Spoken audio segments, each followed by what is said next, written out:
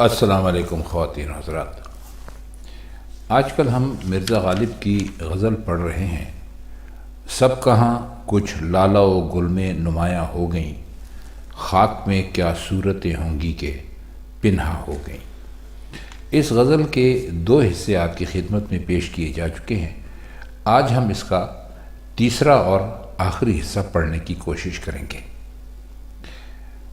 اس کا اگلا شعر ہے: بس کے روکا میں نے اور سینے میں ابھریں پے بپے میری آہیں بخیائے چاکے گریباں ہو گئیں۔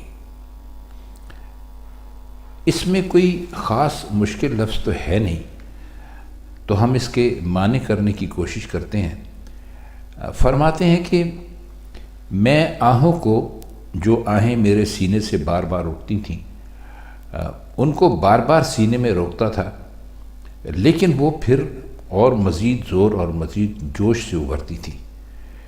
اس طرح بار بار یعنی پے بپے دبانے اور ابھرنے کا منظر پیدا ہو گیا۔ گویا کپڑے کی سلائی کی سی صورت سامنے آ گئی، کیونکہ سلائی میں بخیے میں بھی دھاگا نیچے اوپر ہوتا رہتا ہے، تو اس حد تک آہوں کو روکنے اور ابھرنے کا عام منظر تھا۔ بخیے کا سلسلہ ہاتھ آ گیا تو مرزا نے اسے چاک گریباں کی سلائی سے تعبیر کر لیا، اور لطف یہ کہ گریبان عموماً سینے پر ہی سے چاک ہوتا ہے یا پھٹتا ہے۔ مضمون خیالی ہے، لیکن اسے ایسا رنگ دے دیا گیا ہے کہ بالکل سچا اور فطری معلوم ہوتا ہے۔ اگلا شعر ہے کہ وہاں گیا بھی میں تو ان کی گالیوں کا کیا جواب، یاد تھیں جتنی دعائیں صرف درباں ہو گئیں۔ صرف کا مطلب ہوتا ہے خرچ کرنا یا استعمال کرنا، اور دربان کہتے ہیں چوکیدار کو، جو دروازے پر کھڑا کر دیا جاتا ہے، جو آنے جانے والے لوگوں کو دیکھتا ہے۔ آج کل کے زمانے جسے آپ سیکیورٹی گارڈ کہہ لیجئے، تو وہ دربان اس کو کہتے تھے، اور غالب نے اپنے شعر میں یہی استعمال کیا ہے۔ اس شعر کی بہت اچھی شرح خواجہ حالی نے کی تھی، وہ ہم آپ کی خدمت میں پیش کرتے ہیں۔ گو کہ الفاظ شاید وہ نہ ہو، لیکن مطلب وہی ہوگا انشاءاللہ۔ تو فرماتے ہیں کہ اب نئی دعا تو کوئی ذہن میں باقی نہیں رہی، اور جو بھی دعائیں تھیں وہ میں دربان کو دے چکا۔ اچھا، دربان کا تذکرہ اکثر مرزا غالب نے کیا ہے اپنے اشعار میں، اور بھی کئی شعراء نے کیا ہے۔ یعنی یہ وہ شخص ہوتا ہے جو محبوب کے دروازے پر کھڑا ہوتا ہے، اور عموماً یہ عاشقوں کو دروازے سے اندر نہیں جانے دیتا۔ تو فرماتے ہیں کہ اب جو دعائیں تھیں وہ تو میں سب دربان کو دے چکا، اور اب دوست کے حق میں صرف کرنے کو جی نہیں چاہتا۔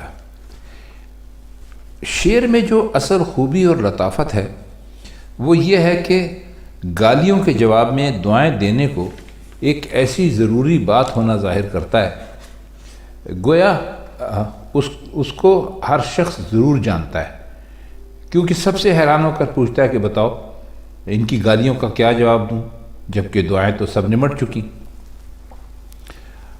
اصل میں کہتے یہ ہیں کہ میں محبوب کے پاس گیا، جتنی دعائیں مجھے یاد تھیں وہ سب کی سب دربان کو دے دیں۔ ابھی بتایا آپ کو کہ اس کی مہربانی کے بغیر غالب اندر داخل نہیں ہو سکتے محبوب کے گھر کے اندر۔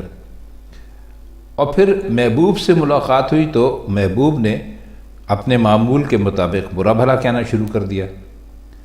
اب مرزا حیران ہیں اور آس پاس کے لوگوں سے پوچھتے ہیں کہ میں ان گالیوں کا کیا جواب دوں، صرف دعائیں دے سکتا ہوں۔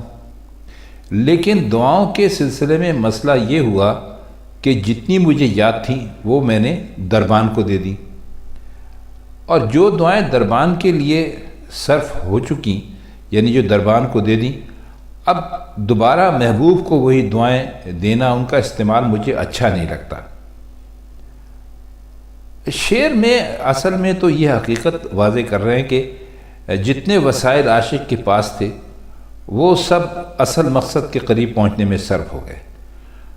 اب مقصد سے فائدہ اٹھانے کے لیے کن نئے وسائل سے کام لیا جائے۔ اگلا شعر ہے کہ جاں فضا ہے بادہ جس کے ہاتھ میں جام آ گیا، سب لکیریں ہاتھ کی گویا رگے جاں ہو گئیں۔ اس میں جاں فضا کا مطلب ہوتا ہے تازگی دینے والا یا قوت اور توانائی دینے والا، اور بادہ کہتے ہیں شراب کے جام کو یا پیالے کو کہہ لیجیے آپ۔ تو فرماتے یہ ہیں کہ شراب جان کے لیے تازگی اور قوت اور توانائی کا تو ذریعہ ہے۔ جس شخص کے ہاتھ میں شراب کا پیالہ آ جائے تو ایسا معلوم ہوتا ہے کہ ساتھ ہی اس کے ہاتھ کی لکیریں رگے جاں بن جائیں گی۔ رگے جاں کہتے ہیں ایک ایسی رگ کہ جو اگر کٹ جائے تو انسان زندہ نہیں رہتا، تو اس لیے رگے جاں کہہ رہے ہیں، یعنی شراب لکیروں کی رگوں کے ذریعے سے تازہ خون جان تک دوڑائے گی۔ یہ مرزا کا اپنا، چونکہ مرزا شراب پیتے تھے تو انہوں نے اپنا خیال شراب کے بارے میں اس شعر میں ظاہر کیا ہے۔ اگلا شعر ہے ہم محوّد ہیں ہمارا کیش ہے ترک رسوم، ملتیں جب مٹ گئیں اجزائے ایماں ہو گئیں۔ محوّد کا مطلب ہے توحید پرست۔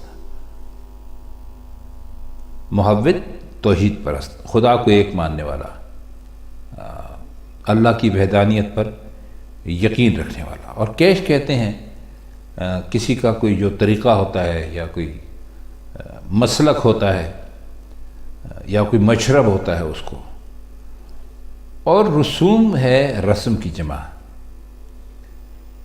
اب اس میں یہ ہے کہ بطور خود بہت سارے لوگوں نے ایسے طور طریقے اختیار کر لیے ہیں کہ جو رفتہ رفتہ ایسا لگتا ہے کہ یہ مذہب کا حصہ ہیں، چاہے وہ مذہب کا حصہ نہ بھی ہوں۔ ظاہر ہے کہ مذہب کا حصہ رسمیں تو نہیں ہو سکتی، لیکن بعض رسموں کو اتنی شدت سے اختیار کر لیا گیا ہے مذہب سے جوڑ کر کہ وہ ایک مذہب کا حصہ ہی معلوم ہوتی ہیں۔ اور ملت کہتے ہیں کوئی فرقہ ہو، کوئی گروہ ہو، قوم ہو، مذہب، ایک مذہب سے تعلق رکھنے والوں کو بھی ملت کہا گیا ہے۔ اب اس کی جو شرح اساتذہ نے فرمائی ہے وہ بڑی عجیب و غریب ہے۔ وہ کہتے ہیں کہ بعض ملتوں اور بعض مذہبوں کو من جملہ دیگر رسوم کے قرار دیتا ہے جن کا ترک کرنا اور مٹانا موحد کا اصل مذہب ہے، اور کہتے ہیں کہ یہی ملتیں جب مٹ جاتی ہیں تو اجزاء ایمان بن جاتی ہیں۔ اب اس شعر میں اس کی جو تشریح مختلف اساتذہ نے فرمائی ہے وہ کافی لمبی چوڑی ہے، لیکن ہم سمجھتے یہ ہیں کہ شعر میں بنیادی حیثیت توحید کو حاصل ہے۔ اسی پر مرزا نے زور دیا، اور توحید ہی ہر سچے اور الہامی مذہب کی اصل بنیاد ہے۔ تو مرزا غالب سمجھتے ہیں کہ جن لوگوں نے مختلف فرقے یا گروہ یا جماعتیں یا اور قومیں بنا لیں، انہوں نے اختلافات کی بنیاد پر جو ان کی اختلافات تھے وہ انہی رسموں کی بنیاد پر بنائے اور اپنے آپ ان کو اختیار کر لیا،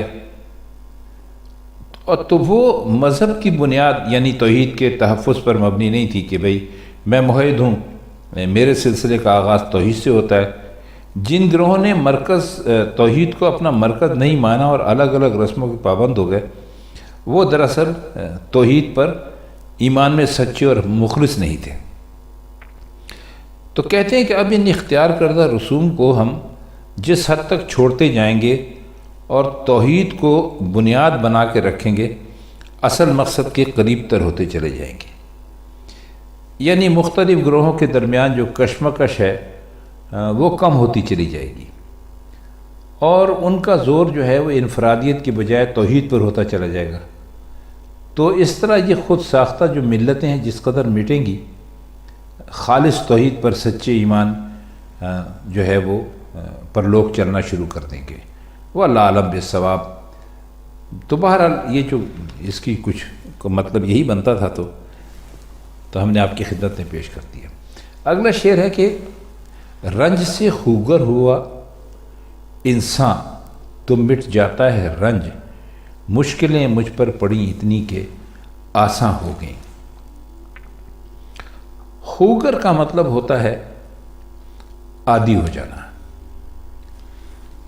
اور اس میں کوئی مشکل لفظ نہیں ہے۔ رنج کا مطلب ہوتا ہے غم، دکھ، تکلیف۔ تو یہ یعنی حالی نے یہی فرمایا تھا کہ یہ خیال بالکل اچھوتا ہے اور نیا خیال نہیں ہے بلکہ فیکٹ ہے، اور ایسی خوبی سے بیان ہوا ہے کہ اس سے زیادہ تصور میں نہیں آ سکتا۔ مشکلات کی کثرت کا اندازہ یعنی ان کے آسان ہو جانے سے کرنا ایک عجیب و غریب بات ہے جس کی مثال کبھی ملتی نہیں۔ اب یہ پہلو ایسے انداز میں پیش کرنا صرف مرزا غالب کا ہی کام ہے، یعنی اتنی مشکلات پڑیں کہ مجبوراً ان کا عادی ہو گیا، اور ان سے جو جو تکلیفیں پہنچتی تھیں اب ان کا احساس ہی باقی نہیں رہا۔ یہ واضح ہے کہ مشکلات ختم نہیں ہوئیں، وہ بدستور باقی ہیں، لیکن ان کا احساس ختم ہو گیا تو وہ مشکلیں ہی نہیں رہیں۔ مطلب یہ ہے کہ جب ایک مسلسل تکلیف کے دور سے انسان گزر رہا ہو تو اس کو ایک وقت ایسا آتا ہے کہ اس تکلیف کا احساس ہی نہیں رہتا۔ تو یہی غالب نے اپنے شعر میں کہا ہے۔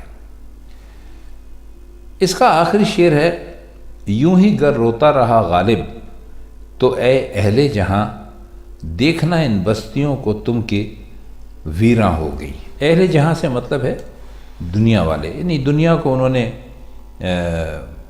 اس میں وہ کیا ہے، مخاطب کیا ہے۔